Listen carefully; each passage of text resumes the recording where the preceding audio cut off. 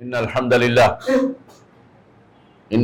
لله نحمده ونستعينه ونستغفره ونعوذ بالله من شرور أنفسنا ومن سيئات أعمالنا من يهده الله فلا مضل له ومن يضلل فلا هادي له وأشهد أن لا إله إلا الله وحده لا شريك له وأشهد أن محمدا عبده ورسوله يا أيها الناس اتقوا ربكم الذي خلقكم من نفس واحدة وخلق منها زوجها وبث منهما رجالا كثيرا ونساء واتقوا الله الذي تساءلون به والأرحام إن الله كان عليكم رقيبا يا أيها الذين آمنوا اتقوا الله وقولوا قولا سديدا يا أيها الذين آمنوا اتقوا الله حق تقاته ولا تموتن إلا وأنتم مسلمون يا أيها الذين آمنوا اتقوا الله وقولوا قولا سديدا يصلح لكم أعمالكم ويغفر لكم ذنوبكم ومن يطع الله ورسوله فقد فاز فوزا عظيما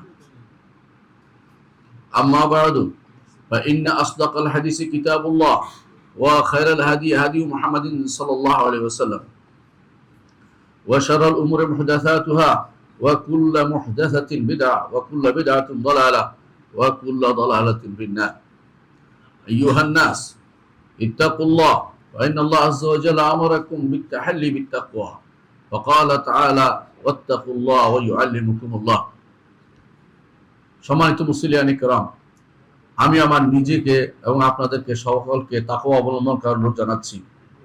তাকওয়া অবলম্বন করার অনুরোধ জানাচ্ছি এই জন্য, তাকওয়া অবলম্বন করাই হচ্ছে মানব জীবনের সফলতা। যে যত বড় মুত্তাকি হবে দুনিয়ার বুকে সে তত বড় সম্মানিত হবে। আল্লাহ তাআলা বলেছেন ইন্না আকরামাকুম ইনদাল্লাহি আতকাকুম।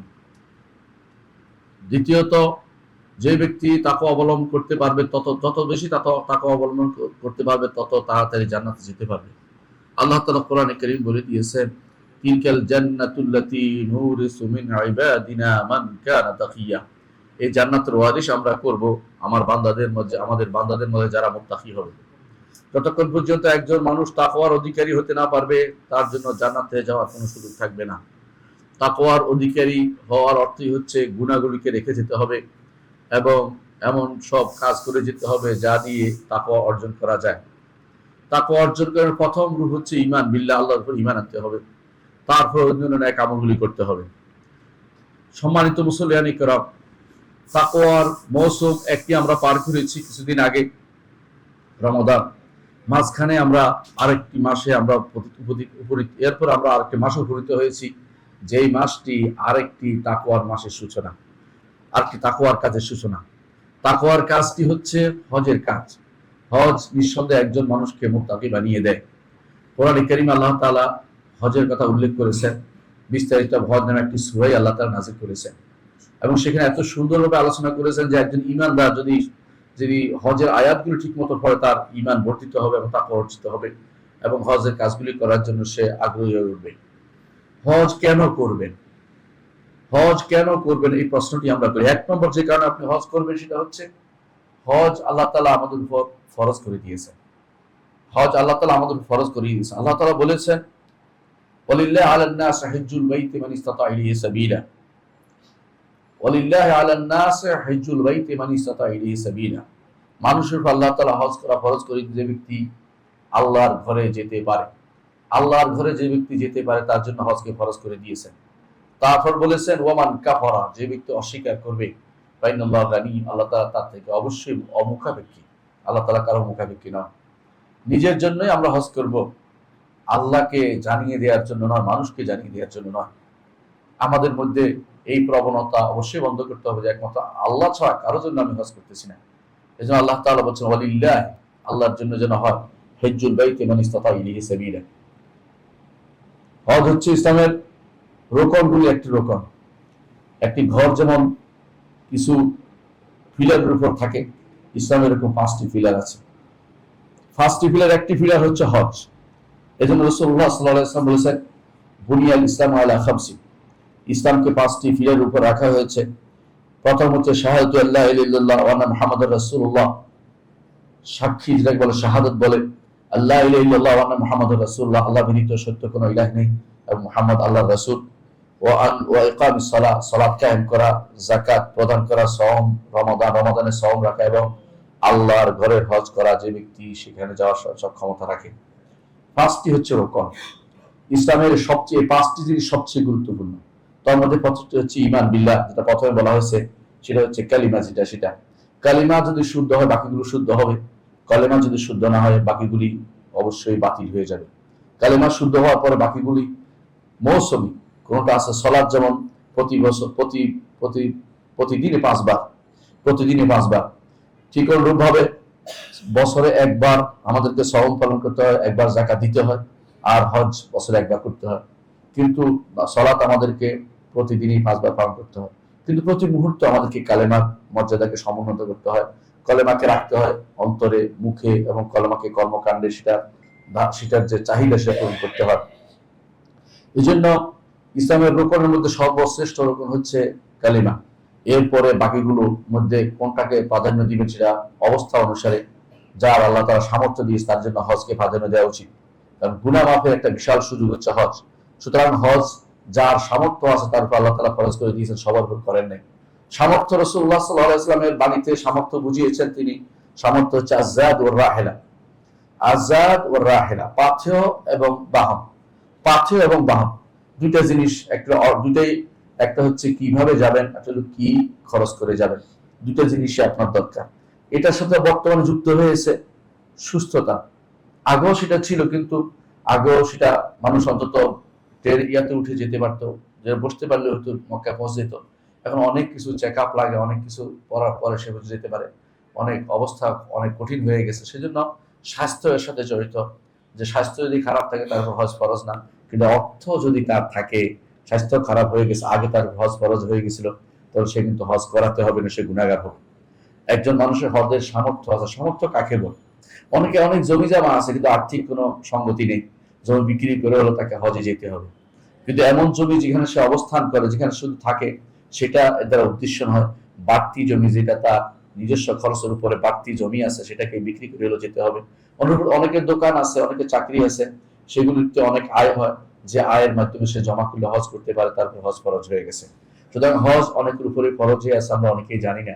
অনেকেই তার সম্পদ আছে কিন্তু হাতে কোনো টাকা নেই, সম্পদ বিক্রি করেও তাকে হজ করতে হবে। কারণ তার এটা হলো হাওয়াইজ আসলিয়া, নিজের প্রয়োজনের অতিরিক্ত যেটা থাকবে, এটা যদি কোনো তার হজের যাওয়ার সামর্থ্য বলে বিবেচিত হবে, যদি তা সেটা বিক্রি করে সে যেতে পারে। চতুর্থ যে কাজটি দরকার বর্তমানে, সেটা হচ্ছে রাস্তার নিরাপত্তা। আলহামদুলিল্লাহ, আগে হচ্ছে এটা প্রয়োজন ছিল, এখনো প্রয়োজন আছে। যে ব্যক্তি মক্কায় যাওয়ার মতো নিরাপত্তা সে পাবে, তার উপরে হজ ফরজ হবে। নিরাপত্তা না থাকলে অনেক সময় সেটা ছুটে যাবে, কারণ এটা রাহলের অন্তর্ভুক্ত, যে পথে যেতে পারছে না, যে যাওয়ার পথ তার মুক্ত হচ্ছে না। একটা সময় ছিল যখন মানুষ হজে যেতে পারতো না, হজে যাওয়ার জন্য তখন মায়েরা নাকের বুট খুলে ফেলতো, কারণ তারা মনে করতো একবার আর বুঝি ফিরে আসতে পারবে না।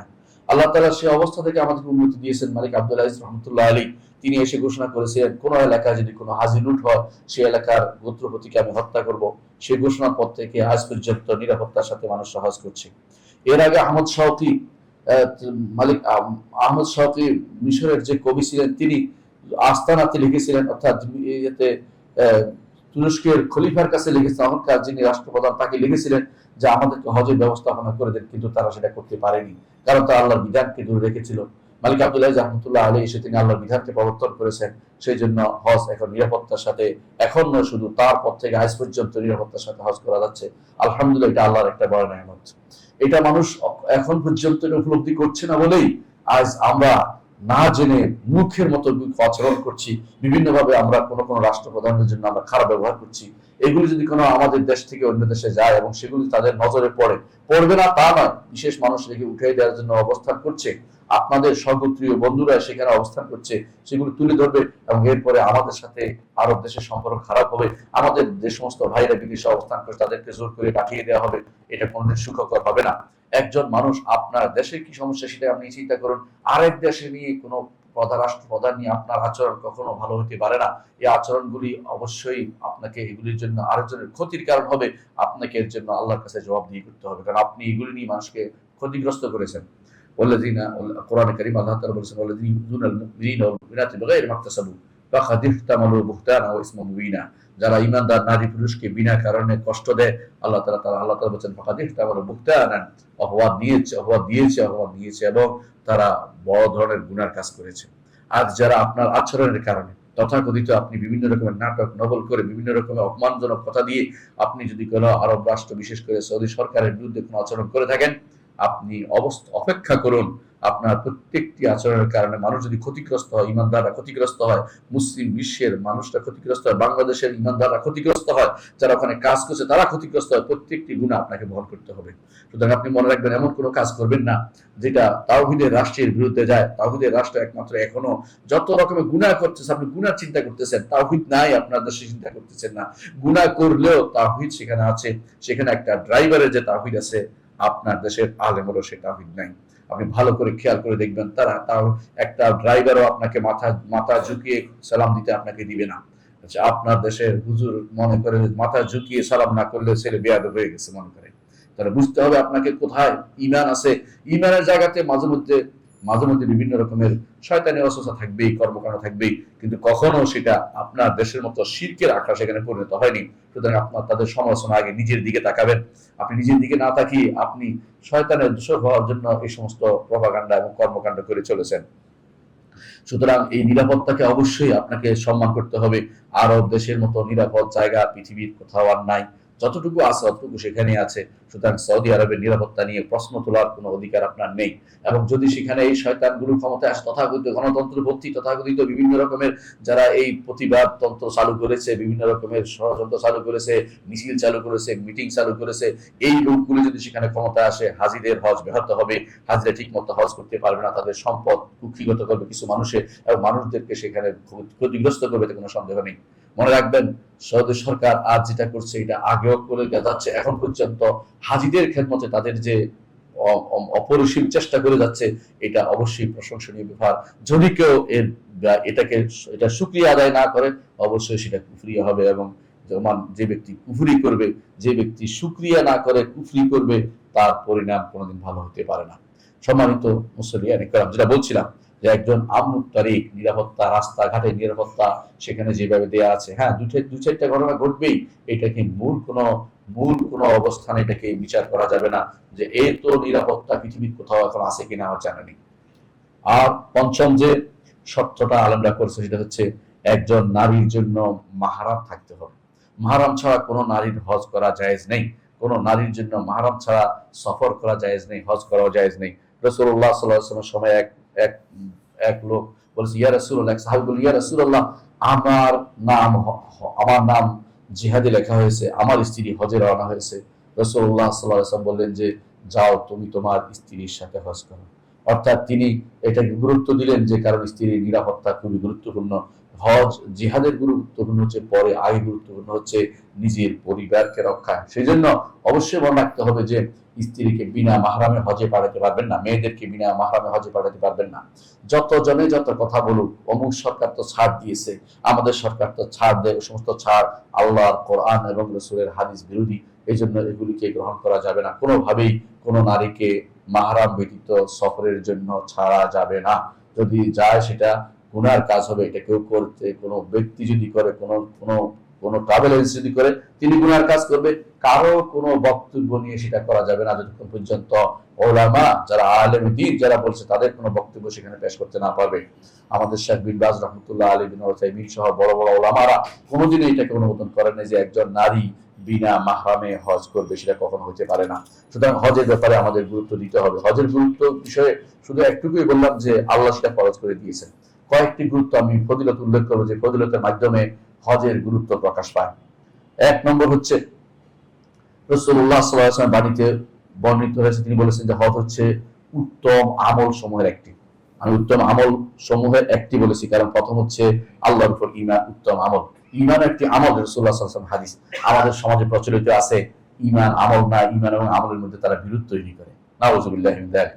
মনে রাখতে হবে ঈমান একটি আমল। রাসূলুল্লাহ সাল্লাল্লাহু আলাইহি ওয়াসাল্লামকে জিজ্ঞাসা করা হয়েছে আইয়ুল আফদাল আমাল, উত্তম শ্রেষ্ঠ আমল কোনটি? রাসূলুল্লাহ সাল্লাল্লাহু আলাইহি ওয়াসাল্লাম বলেছেন শ্রেষ্ঠ আমল কোনটি? তিনি বলেছেন ঈমানুন বিল্লাহি ওয়া রাসূলিহি, আল্লাহ এবং তার রাসূলের উপর ঈমান আনা। তারপর রাসূলুল্লাহ সাল্লাল্লাহু আলাইহি ওয়াসাল্লাম জিজ্ঞাসা করে, ইয়া রাসূলুল্লাহ সুম্মা মাযা, আর তারপরে কি? তিনি বলছেন আল জিহাদ ফি সাবিলিল্লাহ, আল্লাহর রাস্তায় জিহাদ।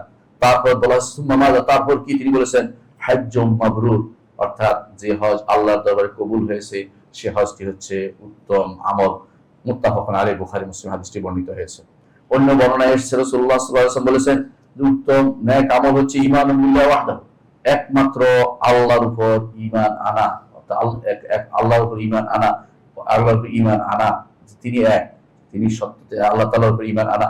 সুম্মাল জিহাদ, তারপরে হচ্ছে জিহাদ ফি সাবিলিল্লাহ, তারপর হচ্ছে হাজ্জাতুন বাররা, এমন হজ যে হজ নেক বা যে হজ কবুল হয়েছে এমন হজ।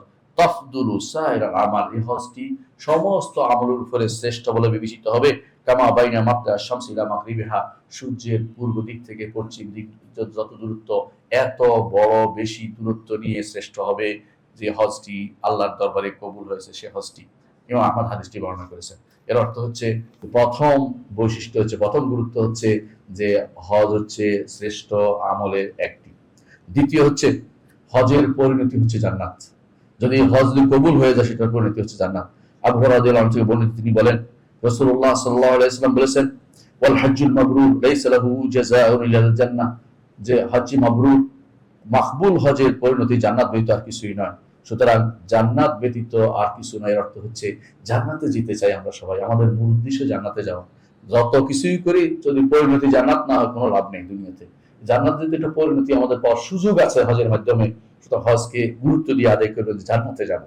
জান্নাতে যাওয়ার জন্য হজটাকে গুরুত্ব দিয়ে আদায় করতে, যাতে হজটা কবুল হয় সেই প্রচেষ্টা আমাদের চালিয়ে যেতে হবে। ইমাম বুখারী মুসলিম হাদিস এটি বর্ণনা করেছেন। দ্বিতীয়ত যে কাজে হজের গুরুত্ব রয়েছে তা হচ্ছে, আমাদের অনেকে আছে দুর্বল যারা যেতে পারে না, অনেক নারী আছে যেতে পারে না, তারা একা একা যেতে পারে না, অনেকে হজে জিহাদ করতে পারে না কষ্টের কারণে, তাদের পরিবেশের কারণে, পরিস্থিতির কারণে। যেমন আমাদের দেশের মানুষগুলো জিহাদের কোনো অবস্থান তাদের নেই বর্তমানে, মানে যেটাকে অস্ত্র নিয়ে জিহাদ করা যেটা বলে, আমরা কোনো সেই পরিস্থিতি সেই জানিও না জিহাদের কোনো কিছু। আমাদের জন্য কি বাকি আছে এই জিনিসটা আমরা দেখতে পাই রাসূলুল্লাহ সাল্লাল্লাহু আলাইহি ওয়াসাল্লামের হাদিসে।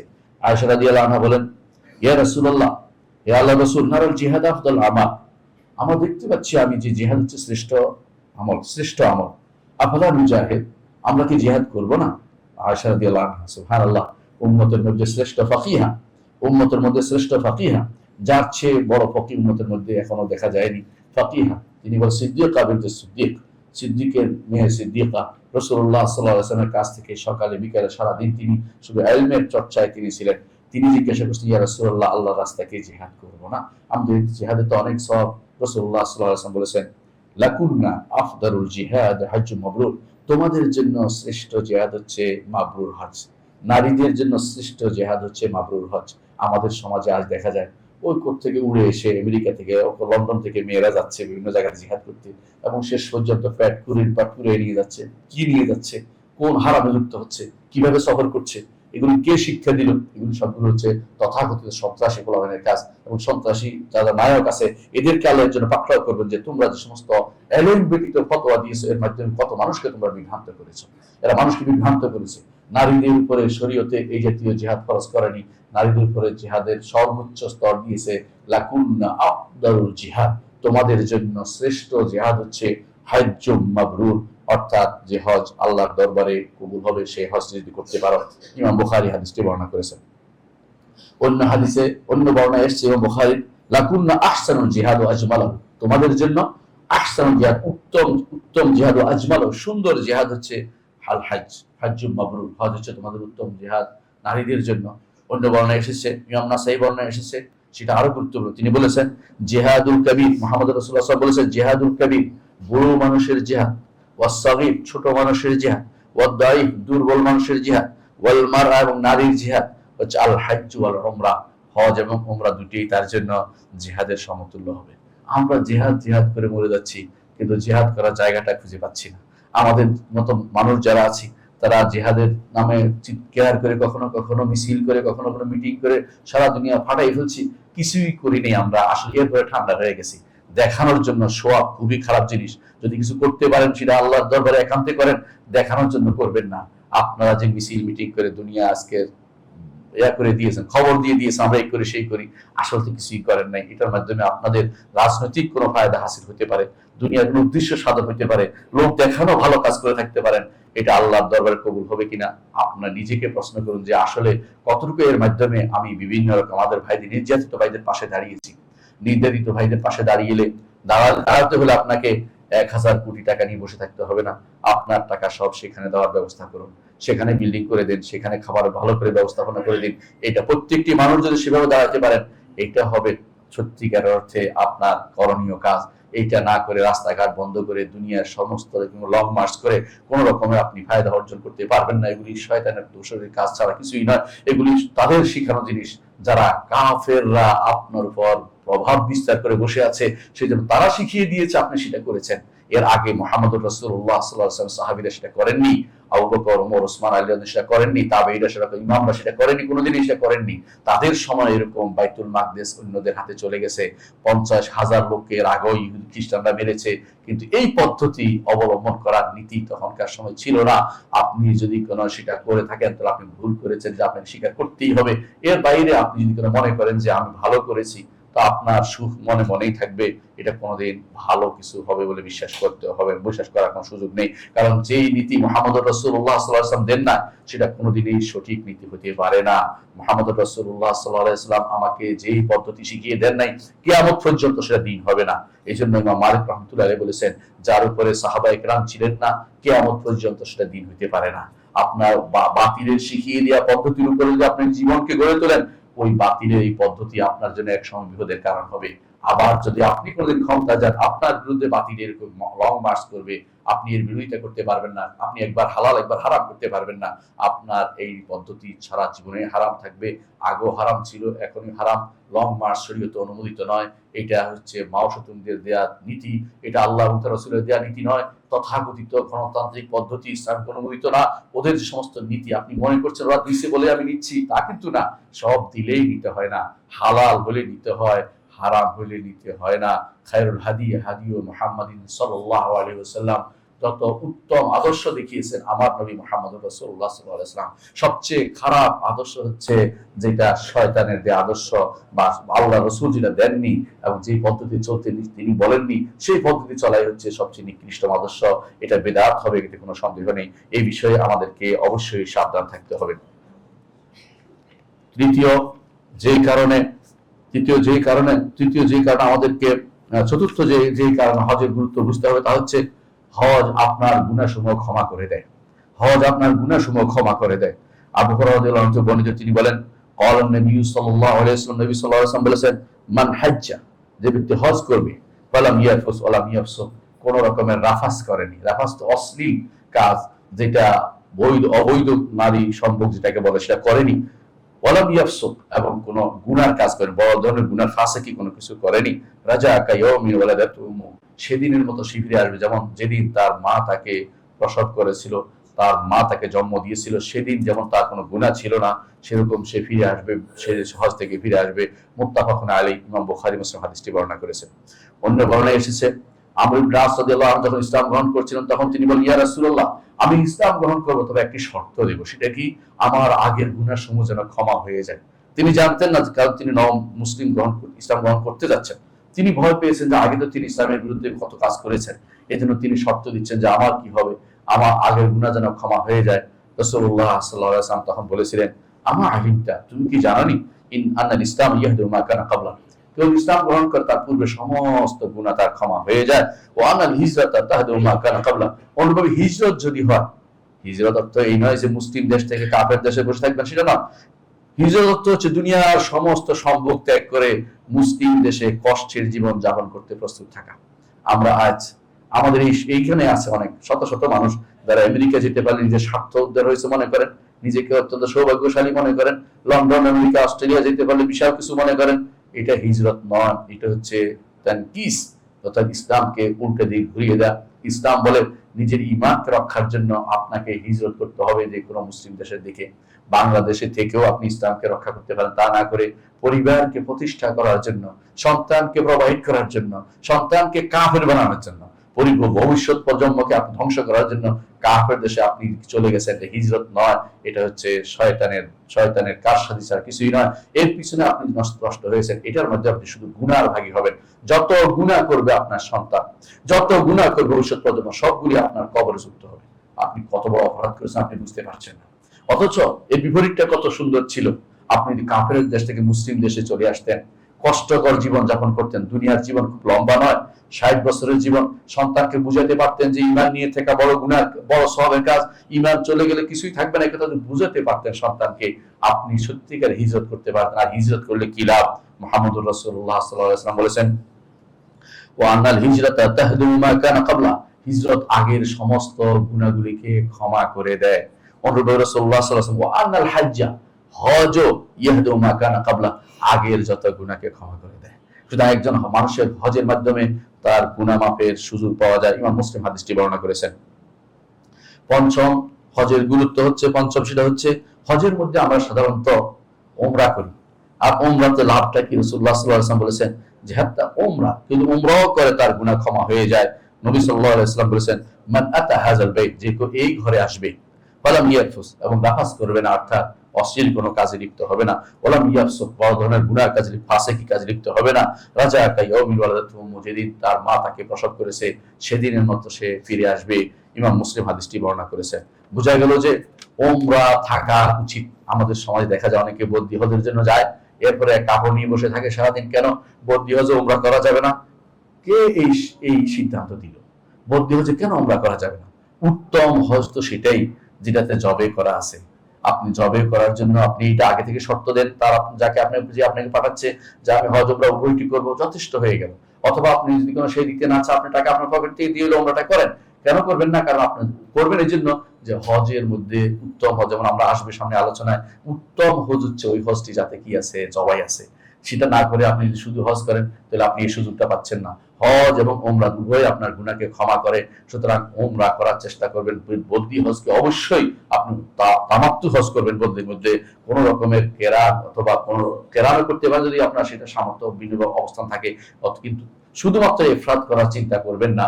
অনেকে আছে সেটা বসেই থাকে, এইটা ভুল চিন্তা ছাড়া কিছুই নয়। বরং এই বিষয়ে পরবর্তী ওলামারা স্পষ্ট সিদ্ধান্ত দিয়েছেন যে উত্তম হচ্ছে আসলেই উমরা হজ করা, অর্থাৎ উমরা সাথে মিলিয়ে হজ করা, হজ এবং উমরা দুটোই করা, এটা হচ্ছে উত্তম। সেটা যদি কোনো এমনকি সেটা যদি কোনো বদলি হজের হয় সেটা উত্তম বলে আমি এই ফতোয়া দেখছি পাকিস্তানে আলম ওলামাদের ফতোয়াটা ছিল। তারপরে আমাদের দেশে অমুকের কিতাব আছে, মুআল্লামুল হুজ্জাত যে লেখা আছে, অমুক কিতাবে আছে, এটাই তাদের জন্য যথেষ্ট হয়ে যায় না। কোরআন সুন্নাহকে আপনাকে মেনে নিতে হবে। রাসূলুল্লাহ সাল্লাল্লাহু আলাইহি ওয়াসাল্লাম বলেছেন, এক ব্যক্তি যখন বলেছেন যে আমি অমুক থেকে এটা করতে চাই, তিনি আমার মা থেকে অথবা আমার বোন থেকে হজ করতে চাই, তিনি বলছেন যে হুজ্জা নাবিকা ওয়া তাম, তোমার বাবা থেকে হজ করো এবং উমরাও করো, এটাও শিক্ষা দিলেন। এর অর্থ হচ্ছে হজ, বদলি হজের জন্য উমরা থাকাটা এটা একটা ভালো কাজ, এটাকে খারাপ ভাবে নেওয়ার কোনো সুযোগ নেই।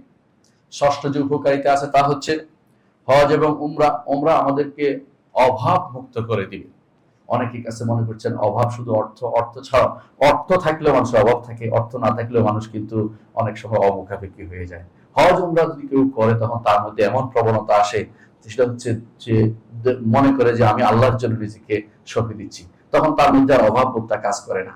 যে সময়টুকু সে জীবিত থাকে সেই সময় সে মনে করে যে আমি এই শুধু আল্লাহর পক্ষ থেকে বিশেষ রহমতে এখন জীবিত আছি, আল্লাহর পক্ষ থেকে বিশেষ বোনাসে আছি আমি এখন, সুতরাং এখানে আমার আর অভাব বোধের কোনো কাজ করে না। রাসূলুল্লাহ সাল্লাল্লাহু আলাইহি ওয়াসাল্লাম সেই অভাব, সেই জিনিসটা আমাদের মধ্যে দিচ্ছেন। যে রাসূলুল্লাহ সাল্লাল্লাহু আলাইহি ওয়াসাল্লাম, আপনি মাসউদ বলেন, রাসূলুল্লাহ সাল্লাল্লাহু আলাইহি ওয়াসাল্লাম বলেছেন তাবিউ বাইনাল হজ্জ ওয়াল উমরা, হজ এবং উমরা পর পর করতে থাকো, ফাইন্নাহুমা ইয়ানফিয়ানি ফাকরা ওয়াদ দুরুব, এই দুটি মানুষের অভাবকে দূর করে দেয় এবং গুনাহকে মিটিয়ে দেয়। কামা ইয়ানফিল কিরু খাবাসাল হাদিদ ওয়াদ যাহাব ওয়াল ফিদ্দা, যেমন কামারের হাপড়, হাদিদ লোহা এবং লোহার যে সমস্ত ময়লা আছে এবং স্বর্ণ এবং রূপের ময়লাকে দূর করে দিতে পারে। ইমাম তিরমিজি এবং নাসাই হাদিসটি বর্ণনা করেছেন। সপ্তম যে গুরুত্ব আমরা দেখতে পাই হজের মধ্যে তা হচ্ছে হজ এবং উমরাকারী, হাজি এবং উমরাকারী, এরা হচ্ছে দুইউফুর রহমান, অর্থাৎ আল্লাহর মেহমান। আল্লাহর মেহমান হতে পারছেন। দুনিয়ার বুকে আল্লাহর মেহমান হওয়ার আর কোথায় সুযোগ আছে? এই সুযোগটি আপনি নিতে পারেন। ইবনে ওমর রাদিয়াল্লাহু আনহু বর্ণিত, তিনি বলেন রাসূলুল্লাহ সাল্লাল্লাহু আলাইহি ওয়াসাল্লাম বলেছেন, আল গাযী ফি সাবিলিল্লাহ, আল্লাহর রাস্তায় যে যিনি জিহাদ করেন, যুদ্ধ করেন, ওয়াল হাজ্জ ওয়াল মুতামির, এবং যিনি হজ করেন এবং যিনি উমরা করেন, তিনজন। ওয়াফদুল্লাহ, আল্লাহর ডেপুটেশন, আল্লাহর পক্ষ থেকে মেহমান তারা, দাহুম, তিনি তাদেরকে ডাকছেন, ফাআজাবু, তারা তার ডাকে সাড়া দিয়েছেন। আল্লাহ ডাকছেন, আল্লাহ ডাকে সাড়া দিয়েছেন। তারপর ওয়াসাআলুহু ফাআতাহুম, তারাও আল্লাহর কাছে চেয়েছে, আল্লাহ তাদেরকে দিয়েছেন। সুবহানাল্লাহ। এবার এই সুযোগ আপনি কোথায় পাবেন যে আল্লাহ ডাকছে, সাড়া দিয়েছি, আল্লাহ তাআলা আল্লাহ তাআলা আল্লাহকে ডাকছি, আল্লাহ তাআলা আমাকে দিয়েছেন। এই সুযোগ আপনি হজের মধ্যে পেতে পারেন। সুতরাং হজ মেহমানকে সাধারণত অসম্মান করে কেউ বিদায় করে না। আল্লাহ তাআলার মেহমান হয়ে আপনি যাবেন, আল্লাহ তাআলা আপনাকে সম্মানিত করবেন। সুতরাং অবশ্যই আমাদের এর প্রতি গুরুত্ব দেওয়া উচিত। এই বর্ণনা এসেছে, এই হাদিসটি এসেছে ইবনে মাজাহ, ইবনে হিব্বান বর্ণনা করেছেন। আরেক বর্ণনা এসেছে ইবনে মাজাহতে, আল হুজ্জাজ ওয়া উম্মা, হাজি এবং উমরাকারীরা ওয়াফদুল্লাহ, আল্লাহর মেহমান, ইন দাউ আজাবাহুম, তারা যদি কোনো তারে ডাকে, আল্লাহকে ডাকে, আজাবাহুম, তিনি তাদের ডাকে সাড়া দেন, ওয়া ইস্তাগফারু গফার লাহুম, যদি তারা ক্ষমা চায়, আল্লাহ তাদেরকে ক্ষমা করে দিবেন। আল্লাহু আকবার। সুতরাং আমরা এই হজের এই গুরুত্ব অবশ্যই যেন উপলব্ধি করি। অষ্টম যে গুরুত্ব তা হচ্ছে, এক উমরা থেকে আরেক উমরা, আমাদের এই দুইটার মাঝখানে সমস্ত গুনাহ আছে, এগুলোর জন্য কাফারা হয়ে যাবে। এক উমরা থেকে আরেক উমরার মাঝখানে কাফারা হয়ে যাবে। হজে গেলে অনেকেই দেখি উমরা একটা করছে, বলে আর করবো না। কেন? সুযোগ পেলে মদিনা যাবেন, মদিনা থেকে আসার সময় আরেকটা উমরা আনবেন। আপনি সুযোগ পেলে যদি কোনো কোথাও বাইরে যান, মিকাতের বাইরে যান, আরেকটা উমরা আনবেন। হ্যাঁ, মক্কার উমরা যেহেতু বিতর্কিত, মক্কার উমরা আমরা করতে বলছি না, কিন্তু দূরে যেহেতু মিকাতের বাইরে কোনো কাজে গেলে আসার সময় অবশ্যই উমরা নিয়ে আসবেন। এটা আপনার জন্য সুযোগ, এবং কোনো যে সুযোগ কখনো হাতছাড়া করবেন না, কারণ এরপরে আপনি আবার যেতে পারবেন এমন তো সিউরিটি আপনার কাছে না। একটা সুযোগ যেহেতু আছে, অবশ্যই উমরা করবেন। আবু হুরায়রা রাদিয়াল্লাহু আনহু বলেন, তিনি বলেন রাসূলুল্লাহ সাল্লাল্লাহু আলাইহি ওয়াসাল্লাম বলেছেন, আল উমরাতু লিল উমরাতি কাফারাতুল লিমা বাইনাহুমা, এক উমরা থেকে আরেক উমরার মাঝখানে যা আছে তা অবশ্যই কাফারা হবে। অনুরূপভাবে হজ এবং উমরার মাঝখানেও সেটা কাফারা হবে। নবম যে উপকারিতা তা হচ্ছে যে হজের সওয়াব চালু থাকবে। হজের সওয়াব চালু থাকবে যদিও আপনি মারা যান। একজন মানুষ যদি হজের জন্য বের হয়, মরে গেছে, তার সওয়াব কিয়ামত পর্যন্ত চালু রাখা হতে থাকবে। এই সুযোগ আপনি পাবেন। এই জন্য অনেকে বলে, আমি কি বাঁচি না, মরি, পরে যাবো। চিন্তা করার দরকার নেই, চেষ্টা করেন। এমন হইতে পারে আপনি যদি মৃত্যু হয়েই যায়, সেখানে আপনার জন্য বিশাল সওয়াবের কাজ। আপনি যদি বের হয়েছে আল্লাহর রাস্তায়, আর যদি ইহরাম অবস্থায় মারা যান, এটা আরো সুযোগ। আপনি তালবিয়া পড়তে পড়তে, লব্বাইক আল্লাহুম্মা লব্বাইক বলতে বলতে হাসরের মাঠে উঠবেন। আপনার আর কি, আপনার মতো সম্মানের জায়গা কোথায় আছে? আর যদি মদিনার আপনার মৃত্যু হয়, মুহাম্মদুর রাসূলুল্লাহ সাল্লাল্লাহু আলাইহি ওয়াসাল্লামের সুপারিশ আপনার নসিব হবে, সহিহ হাদিস দ্বারা প্রমাণিত। তাই বলে মক্কা মদিনা গিয়ে গাড়ির সামনে দাঁড়িয়ে মরার কথা আমরা বলছি না। অনেকে আছে, দেখা যায় মদিনা গিয়ে আত্মহত্যার মতো প্রবণতা, যে মরে গেলে তো বাঁচবে, যা ইচ্ছা তা করি, তা না। যদি মৃত্যু এসে যায় মদিনাতে, সেটা আপনার জন্য সৌভাগ্য। আর হজ অবস্থায় হলে আরো সৌভাগ্য, বড় সৌভাগ্য। এবং রাস্তায় মরে গেলেও আপনার জন্য সৌভাগ্য। সুতরাং আপনার হজের ব্যাপারে কোনো রকমের কমতি করা উচিত নয়। হজে গেলেই আপনার লাভ, কিয়ামত পর্যন্ত আপনার সব লেখা হতে থাকবে, এবং ফেরেশতা এই কাজে নিয়ে থাকবে, লিখবেই। কেন? আর রাসূলুল্লাহ হাদিসে এসে তিনি বলেছেন, যে কেউ হজের জন্য বের হবে, ফামাতা, মরে গেছে, কুতিবা লাহু হাজ্জুল হাজ, হজের সব লেখা হবে, ইলা ইয়াউমিল কিয়ামা, কিয়ামত পর্যন্ত। আমরা জানি না কি লেখা হবে, কিন্তু লেখা হতেই থাকবে। আর অনুরূপভাবে যে কেউ উমরার জন্য বের হবে, তারপর সে মারা গেল, তার জন্য কিয়ামত পর্যন্ত উমরাকারীর হজ লেখা হয়ে যাবে। এই হাদিসটি ইমাম শেখুল আলবানী রাহমাতুল্লাহ আলাইহি সহিহ তারগিবে সহিহ বলেছেন। সুতরাং এটাকে অবশ্যই আমল করার চেষ্টা থাকতে হবে, যে আমরা যে কোনো অবস্থায় নিজের নফস চায় ঘরের ভিতরে আরামে এসিতে বসে থাকতে, এর চেয়ে উত্তম হচ্ছে যে কোনো মূল্যে হজের জন্য একটু চেষ্টা চালাই। যদি আল্লাহ তৌফিক দেয়, কষ্ট করে যেতে পারি, তাহলে তো আমার এই বিশাল সওয়াব নসিব হয়ে যাবে। যদি মরেও যায়, আমার কোনো হারানোর কোনো কিছু নেই, আমি তো আমার রবের কাছে যাব। ইন্নী যাহিবুন ইলা রাব্বি সাইয়াহদিন, আমি আমার রবের দিকে যাই, আল্লাহ আমাকে অবশ্যই পথ দেখাবেন। রবের পথে যে ব্যক্তি যাবে, সে ব্যক্তি কোনো নিরাশ হবে না। দশম যে কাজটি করতে হবে, এবং সর্বশেষ যে ফজিলত ও শ্রেষ্ঠত্ব আমরা দেখি, সেটা হচ্ছে প্রত্যেকটি পদক্ষেপে সওয়াব লেখা হয়। হাজির প্রত্যেকটি পদক্ষেপে সওয়াব লেখা হয়। ইবনে ওমর রাদিয়াল্লাহু আনহু তিনি বলেন, নবী সাল্লাল্লাহু আলাইহি ওয়াসাল্লাম বলেছেন, তোমার ঘর থেকে যখন বের হবে, সেটা তোমার ঘর থেকে বের হওয়া থেকে শুরু করে আল্লাহর ঘরের দিকে যখন যাচ্ছ, প্রত্যেকটি পদক্ষেপে তোমার জন্য, প্রত্যেকটি পদক্ষেপ তোমার বাহন রাখবে। তখনকার দিনে বাহন ছিল যেটা, সেটার কথা বলা হচ্ছে। বাহনের মাধ্যমে প্রত্যেকটি পদক্ষেপে তোমার জন্য একটি হাসানা লেখা হবে, এবং তোমার একটি গুনাহ মাফ হবে। তাবারানী হাদিসটি বর্ণনা করে তার মুজামুল কাবীর, এবং শেখুল আলবানী রাহমাতুল্লাহ সহিহ জামি থেকে সহিহ বলেছেন। অন্য বর্ণনায় এসেছে, তুমি যখন বের হবে আল্লাহর ঘরের দিকে, আল্লাহর ঘর বাইতুল্লাহিল হারামের দিকে যাচ্ছ, লা তাদউনা আকাতাকা খুফফান ওয়ালা তারফাউ, তোমার বাহন যে একটা পা রাখতেছে, ওয়ালা তারফাউ, একটা পা উঠাচ্ছে, ইল্লা কাতাবাল্লাহু লাকা বিহাসান, আল্লাহ এর জন্য তোমার জন্য একটা নেকি লিখবেন।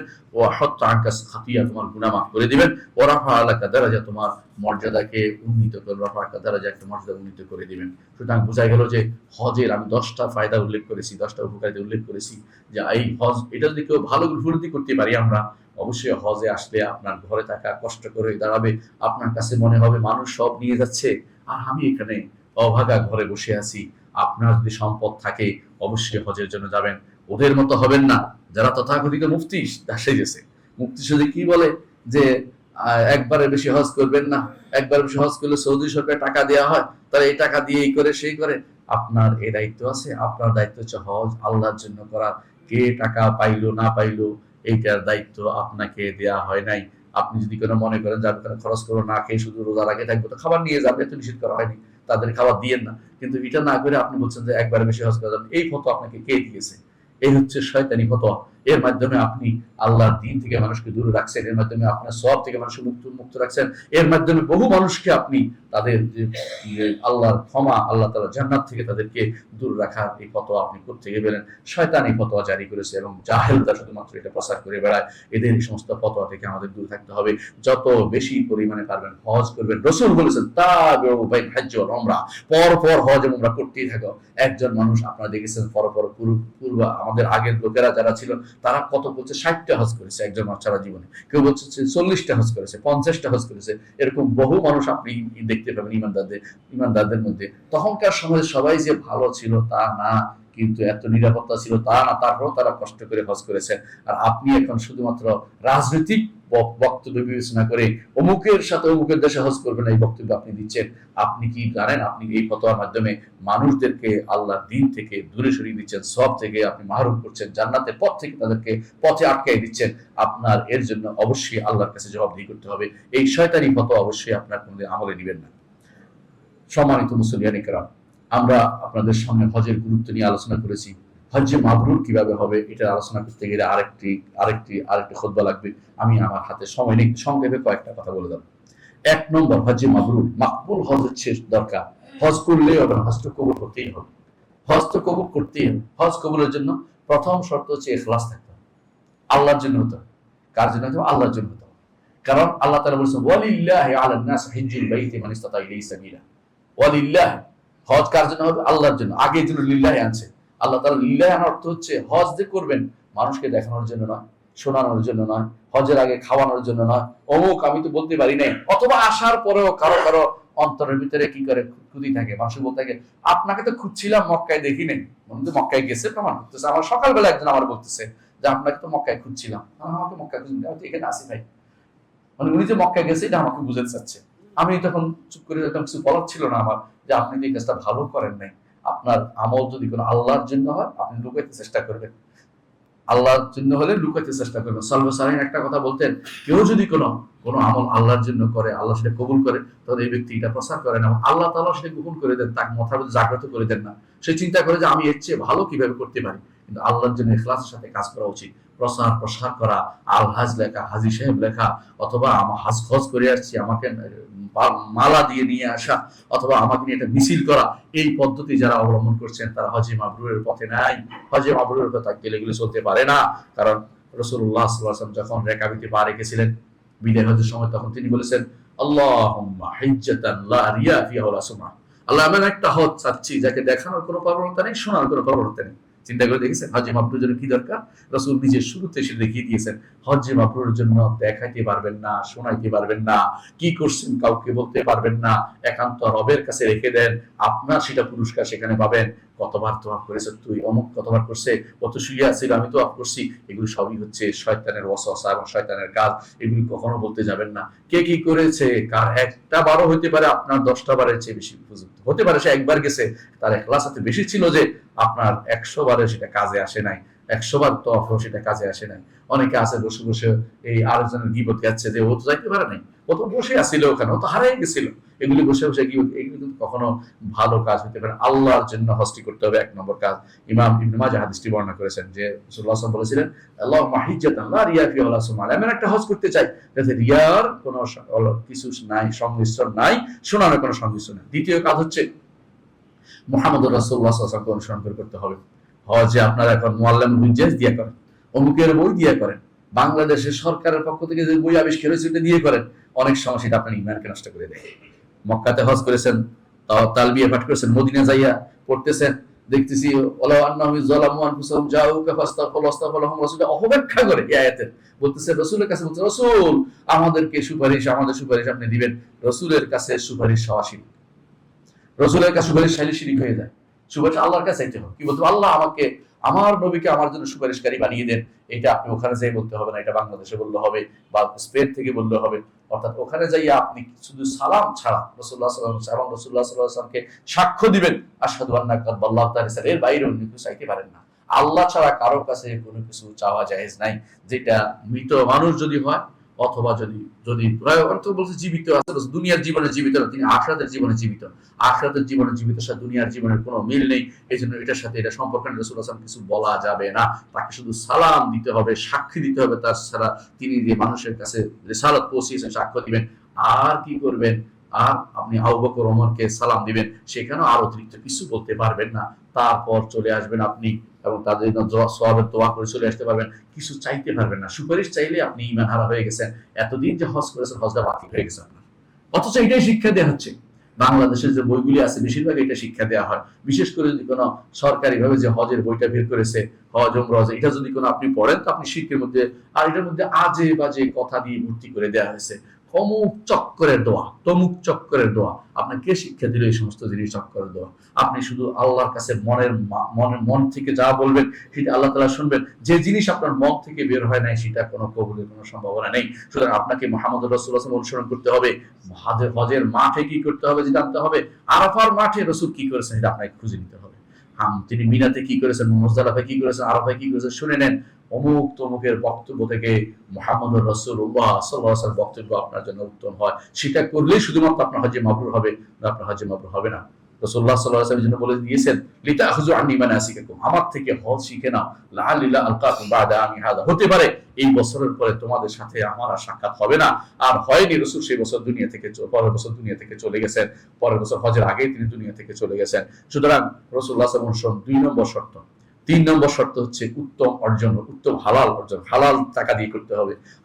আমাদের মধ্যে যারা হারাম টাকা দিয়ে হজ করা চিন্তা করছেন, বিশেষ করে সুদ দিয়ে, ঘুষ দিয়ে, ঘুষের টাকা দিয়ে হজে যাচ্ছেন, আপনারা আল্লাহকে ভয় করুন। হজ তো হবেই না, আপনার এই টাকার কারণে শাস্তিও পেতে হতে পারে, আপনার দ্বারা বহু মানুষ ক্ষতিগ্রস্ত হতে পারে। আপনাকে অবশ্যই হারাম ছেড়ে দিতে হবে। সুদী ব্যাংকের চাকরি এখনই ছেড়ে দিন, এখনই ছেড়ে দেরি করবেন না। একদিন পরে ছাড়া চিন্তা করলে একদিন যদি গুনাহের ভিতরে বেশি আপনার গুনাহের ভিতরে থাকা হবে, ছেড়ে দিন। আল্লাহ আপনার রিজিকের ব্যবস্থা করে দিবেন। আপনি যদি রিজিক কিছুই না পারেন, অটো চালাইলেও আপনি ভালো চলতে পারবেন, আপনি একটা রিক্সা চালালে ভালো চলতে পারবেন। হারামের দিকে যাবেন না। আমাদের সর্বশেষ আত্মমর্যাদা আপনাকে যেন হারামের দিকে না নিয়ে যায়, সেটা দিকে খেয়াল রাখবেন। সর্বসাইন কখনো কখনো মাটি কাটতেন, কিন্তু কখনো কখনো হারামে তারা কখনো যুক্ত হতেন না। সুতরাং আপনাকে হারাম থেকে অবশ্যই মুক্ত থাকতে হবে। ছেড়ে দিন আল্লাহর দিকে তাকিয়ে। যে ব্যক্তি আল্লাহর দিকে তাকিয়ে ছেড়ে দিবে, আল্লাহ তাকে দুনিয়াতে বা আখিরাতে তিনি তাকে সেটাকে অবশ্যই এটা পূর্ণ করে দিবেন। সুতরাং হালাল অর্জন হতে হবে। রাসূলুল্লাহ সাল্লাল্লাহু আলাইহি ওয়াসাল্লাম বলেছেন, যে ব্যক্তি হালাল অর্জন করতে তিনি রাসূলদেরকে দিয়েছেন এবং তার রাসূল যেমন নির্দেশ দিয়েছেন তিনি তেমনি ভাবে তিনি নির্দেশ দিয়েছেন, ঈমানদারদের একই নির্দেশ দিয়েছেন। সূরা মুমিনুন এবং বাকারাতে একই নির্দেশ।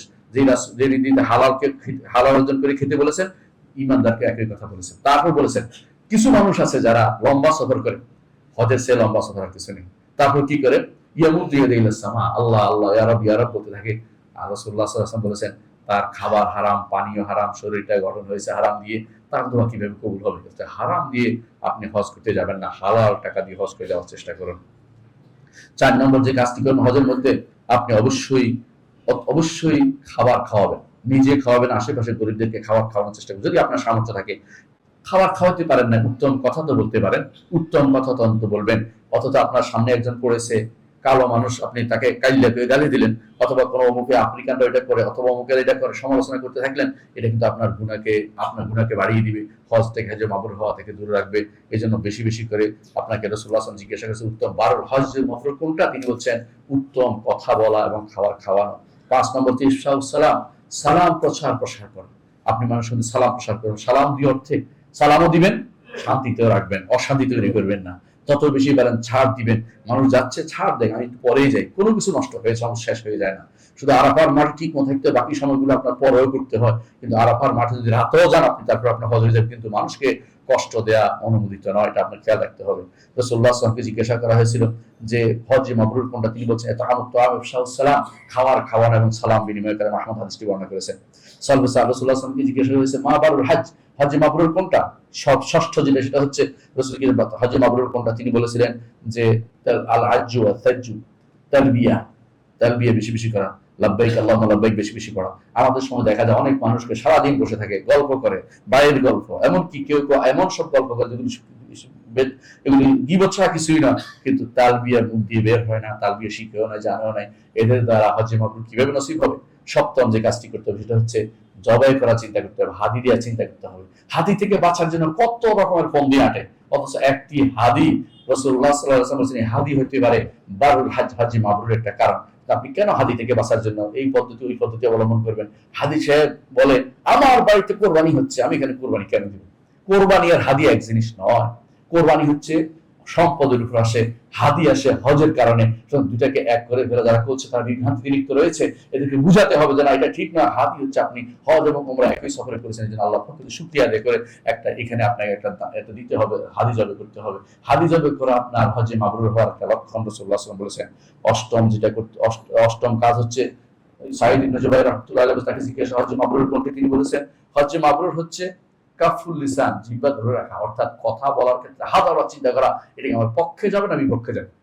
একটা কথা বলবেন তো এটা আপনার পক্ষে না বিপক্ষে চিন্তা করে ধরে রাখবেন, অর্থাৎ যে কোনো মূল্যে কথা বেশি বলবেন না। আপনি শুধুমাত্র কোরআন তিলাওয়াত করবেন, আজকার আদায় করবেন। যে সমস্ত জিকিরগুলো হাদিসে বর্ণিত হয়েছে, বিশেষ করে 1 তারিখ থেকে 10 তারিখ পর্যন্ত আপনার তো কিছু জিনিসই আছে, রাসূলুল্লাহ সাল্লাল্লাহু আলাইহি ওয়াসাল্লাম বলে দিয়েছেন কি করতে হবে, তাসবিহ করতে হবে এবং তাকবীর দিতে হবে। হাদিস যেটা আসছে সেটাকে অবশ্যই খেয়াল রাখবেন এবং তাকবীর দিতে হবে, আল্লাহু আকবার, আল্লাহু আকবার, লা ইলাহা ইল্লাল্লাহ, আল্লাহু আকবার, আল্লাহু আকবার, ওয়ালিল্লাহিল হামদ, অথবা আর আল্লাহু আকবার 3 বার বলেও হাদিসে আসছে, দুটোই শুদ্ধ। যেভাবে বলেন কোনো সমস্যা নেই। এইভাবে যদি কোনো আপনি সময়টা কাটাতে পারেন আপনার হজে মাবরুর ইনশাআল্লাহ হবে। 9 নম্বর কাজ হচ্ছে হসনুল জিওয়া, উত্তম পরশিপনা করা। এটার বর্ণনা আসছে ইবনে উমর রাদিয়াল্লাহু আনহু বলেন, তিনি বলে জিজ্ঞাসা করা হয়েছে যে উত্তম পরশিপনা হচ্ছে হজে মাবরুর কোনটি? বলছে মানুষের সাথে উত্তম পরশি, তার পরশির সাথে ভালো ব্যবহার করছে কিনা। আপনি খেয়ে শুকলাটা তার বিছানার নিচে রেখে দিলেন, এটা ভালো কাজ হয়নি। আপনি ময়লাটা তার কাছে রাখলেন, তাকে ময়লার পাশে দিলেন, এটা ভালো কাজ হয়নি। আপনি চেষ্টা করবেন সর্বোচ্চ ইজহার করতে, সর্বোচ্চ ইজহার মানে হচ্ছে প্রাধান্য দিতে অপরকে, কিভাবে আমার চেয়ে তাকে আমি ভালো রাখি, আমি একটু কষ্ট থাকি, একটু ভালো থাকুক, এই চিন্তা সবসময় মাথায় রাখবেন। আপনি গাড়িতে উঠছেন, একজন বুড়া মানুষ দাঁড়িয়ে আছে, আপনি বসে আছেন, এটা ঠিক হয় না।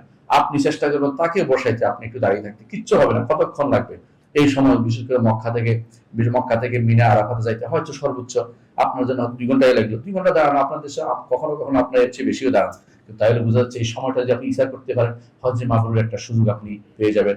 এটা অবশ্যই আপনাকে চেষ্টা করবেন। 10 নম্বর যে কাজটি করতে হবে তা হচ্ছে সবর এবং তাকওয়া এবং উত্তম চরিত্রের প্রকাশ ঘটাতে হবে। সবর ইবনে ইয়াজিদ রাহমাতুল্লাহি আলাইহি বলেছেন হজ্জে মাবরুরের একটা লক্ষণ হচ্ছে সবর করে, তাকওয়া অর্জন করে এবং উত্তম চরিত্রের বিকাশ ঘটায়। 11 নম্বর হচ্ছে দুনিয়া বিমুখ, 11 নম্বর হচ্ছে যে আগের অবস্থা থেকে পরের অবস্থা পরিবর্তন হয়েছে, অর্থাৎ আগে তিনি সুদ খাইছেন, দুনিয়া আসে আবার সুদ খাচ্ছেন। আগে তিনি সুদী ব্যাংকে চাকরি করেন, আসে সুদী ব্যাংকে চাকরি করেন। হজ্জে মাবরুর আপনার নসিব হয়নি, আপনি যতই চিন্তা করেন না, অবশ্যই পরিবর্তন আসতে হবে। হাসান বসরি রহমতুল্লাহ আলাইহি বলেছেন 11 নম্বর হচ্ছে এটা যে আপনি দুনিয়া বিমুখ হবেন, আখিরাতমুখী হবেন। এটা হচ্ছে হজ্জে মাবরুরের একটা লক্ষণ, যেটা পরে আপনি বুঝতে পারবেন। আর যেটা সর্বশেষ বলবো সেটা হচ্ছে হজ্জে মাবরুরের আরেকটি লক্ষণ হচ্ছে, 13তম লক্ষণ হচ্ছে আপনি বেশি বেশি করে মানুষকে সাহায্য করার চেষ্টা করবেন। একজন মানুষকে গাড়িতে উঠার জন্য সাহায্য করবেন, একজন মানুষকে রাস্তা দেখিয়ে দিবেন, আপনি সাহায্য করবেন। একজন মানুষ হারিয়ে গেছে, তাকে তার পরিবারের সাথে মিশিয়ে দেওয়ার চেষ্টা করবেন। এগুলো সবগুলি হজ্জে মাবরুরের একটা উদাহরণ। আমি 13টি লক্ষণ বলেছি, খুব দ্রুত সময় আশা করি আপনারা ক্যাচ করতে পেরেছেন। এগুলো অবশ্যই খেয়াল রাখবেন, কারণ এগুলির মাধ্যমে আপনার হজটাকে মাবরুর আপনি করতে পারবেন। আকুলু কাউলি হাযা ওয়া আস্তাগফিরুল্লাহ লি ওয়া লাকুম ওয়া লিসাইরিল মুসলিমিন ফাস্তাগফিরু ইন্নাহু হুয়াল গফুরুর রহিম। ইন্নাল হামদালিল্লাহ নাহমাদুহু ওয়া নাস্তাঈনুহু ওয়া নাস্তাগফিরুহু ওয়া নাউযু বিল্লাহি মিন শুরুরি আনফুসিনা ওয়া মিন সাইয়্যাতি আমালিনা। من يهده الله فلا مضل له ومن يضلل فلا هادي له واشهد ان لا اله الا الله وحده لا شريك له واشهد ان محمدا عبده ورسوله يا ايها الناس اتقوا ربكم الذي خلقكم يا ايها الناس اعبدوا ربكم الذي خلقكم। আল্লাহ তাআলা বারবার আমাদেরকে ঘোষণা করছেন, ঈমানদারকেও বলছেন, সাধারণ মানুষদেরকে বলছেন আল্লাহর তাকওয়া অবলম্বন করতে, একমাত্র আল্লাহর ইবাদত করতে। হজের যেন উদ্দেশ্য হয় ইবাদত, প্রতিটা মুহূর্ত যেন আপনার মধ্যে থাকে যে আমি আমার রবের ইবাদতের জন্য বের হয়েছি, এই সময়টা হেলায় নষ্ট করব না, কোনোভাবেই সময়টা হেলায় নষ্ট করব না। হারাম এলাকায় যদি আপনি থাকেন আপনার সৌভাগ্য, হারাম এলাকায় আপনি সালাত আদায় করেন আপনার সৌভাগ্য। মসজিদে হারামে যেতে পারেন নাই, হতাশ হওয়ার কোনো কারণ নেই। যেখানে আছেন হারাম এলাকায় আছেন সেখানে নামাজ পড়েন। আপনারা জানেন যে হারাম এলাকার ভিতরে নামাজ পড়লেই বিশুদ্ধ ওলামাদের মতে সেখানে অবশ্যই 1,00,000 সালাত আপনি পাবেন। এক সালাতে 1,00,000 সালাত। অনেকে বলে এক রাকাতে 1,00,000 রাকাতে, শুদ্ধ নয়। এক সালাতে হাদিসে আসে এক সালাতে 1,00,000 সালাত আপনি পাবেন। কিন্তু এই সুযোগটা হেলায় নষ্ট আমরা যেন না করি, আর এটা যেন মনে না করি আপনার কোনো বেশি আধিক্য যেন ঢোকা না দেয়। অনেক মানুষ আজ হজ করে, একটা সময় হজের সংখ্যা কম ছিল, হাজিদের সংখ্যা কম ছিল, অনেকে হজ করে, কিন্তু সবার হজ কি সমান হয় না? সবার হজ সমান হয় না। এই জন্য আব্দুল্লাহ ইবনে ওমর রাদিয়াল্লাহু আনহুকে তার তার ছাত্র বলতেছেন, মা আকসার হাজ, যে মনিব কত হাজি কত বেশি। তিনি বলছেন হাজি কত বেশি এটা বলো না, বলো মা আকসার রাগ, কত আরোহী বেশি, মানে কত মানুষ আসছে এটা বলো। সবার হজ সমান হয় না, এক একজনের অবস্থা এক এক রকম, এক একজনের নিয়ত এক এক রকম। সুতরাং তুমি সবাইকে হাজি বানিয়ে দিও না। আমার দেশে প্রচলন আছে একজন হজের মাধ্যমে আল্লাহ সবাইকে কবুল করে দেয়, এমন কোনো কথা নয়, এটা সত্য নয়। অনেকে আছে হজ থেকে আসার পরে 40 দিন পর্যন্ত ঘর থেকে বের হয় না, দামাত পরিত্যাগ করে, এটাও ঠিক নয়। অনেকে আছে হাজির জন্য দৌড়ে যায়, ইস্তেগফার করলে এই সওয়াব হয় ওই সওয়াব হয়, এত কথা জারি করেছেন। এগুলি একটাও বিশুদ্ধ নয়, এগুলি শুধুমাত্র মানুষের বানানো তথ্য ছাড়া কিছুই নয়। এগুলো সত্য নয়। একজনের আমল আরেকজন পাবে না। একজন দোয়া করার জন্য তার কাছে সারাদিন দোয়া চাওয়া, এটাও ঠিক নয়। আপনার দোয়া আপনি আল্লাহর কাছে তুলে ধরবেন। উনি আপনার জন্য দোয়া করতে গেছেন, রাসূলের সালাম পৌঁছানোর জন্য আপনি দায়িত্ব দিয়ে দিয়েছেন, এগুলো কোনোদিন ঠিক কাজ নয়। যে ব্যক্তি এই কাজটি করেছে সেটা অতিরিক্ত কাজ করেছে, বেহুদা কাজ করেছে। আপনার সালাম ফেরেশতা পৌঁছে দিবে, ওই ব্যক্তির চেয়ে যারা অনেক অনেক গুণ ভালো তারা পৌঁছে দিবে। আপনার জন্য আপনি নিজে দোয়া করবেন এবং আপনার নেক আমল ওসিলা দিয়ে দোয়া করবেন, আল্লাহর নাম এবং গুণের ওসিলা দিয়ে দোয়া করবেন এবং নেককার বান্দার সাথে মিলে দোয়া করবেন। কিন্তু তাই বাইরে আপনি মানুষকে শুধু বলে দেন আমার জন্য দোয়া করবেন, আমার জন্য দোয়া করবেন, এটা শরীয়তের নীতির ভিতরে পড়ে না। কারণ রাসূলুল্লাহ সাল্লাল্লাহু আলাইহি ওয়াসাল্লাম এই কাজ কোনোদিন করতেন না, সাহাবায়ে কেরাম এই কাজটি করতেন না। কাউকে দেখা হলে একে দোয়া করবেন এই দায়িত্ব ধরিয়ে দেয়া, কেন তার উপর আপনি জোর করে দায়িত্ব ধরিয়ে দিচ্ছেন? আপনার দায়িত্ব আল্লাহর সাথে সম্পর্কটা ঝালাই করে না, আপনি নিজের কাজ নিজে না করে আরেকজনের উপর চাপিয়ে দিচ্ছেন কেন? দুনিয়াতে তো এটা বলেন না যে আমার জন্য টাকা রোজগার করবেন, এটা বলেন না, আপনি নিজের চেষ্টা নিজে করেন। আর আখিরাতের কাজও এরকমই হবে। নিজের পক্ষ থেকে নিজের কাজ যতক্ষণ পারেন করে যাবেন, এরপরে ভালো কাজের কারণ হবেন, যে মরে গেলেও ভালো কাজ আমার জন্য যাবে এমন কোন কাজ করে যাবেন। আর তিনটি হচ্ছে সাদাকাতুন জারিয়া, ইলমুন ইউনতাফাউ বিহি আও ওয়ালাদুন সালিহুন ইয়াদউ লাহু। নিজের সন্তানকে আলেম বানান, সালেহ বানান, নেককার বানান, যারা আপনার জন্য কাজ করে যাবে। অথবা সাদাকা জারিয়া দেন, অথবা ইলমুন ইউনতাফা, এমন ইলম রেখে যান যাতে মানুষ উপকৃত হবে, এমন ইলম রেখে যান যা দিয়ে মানুষ উপকৃত, কোনো গ্রন্থ রেখে যান যা দিয়ে মানুষের ঈমান ঠিক হবে। এগুলি সবই হচ্ছে সাদাকাতুন জারিয়া। আল্লাহ আমাদের কবুল করুন।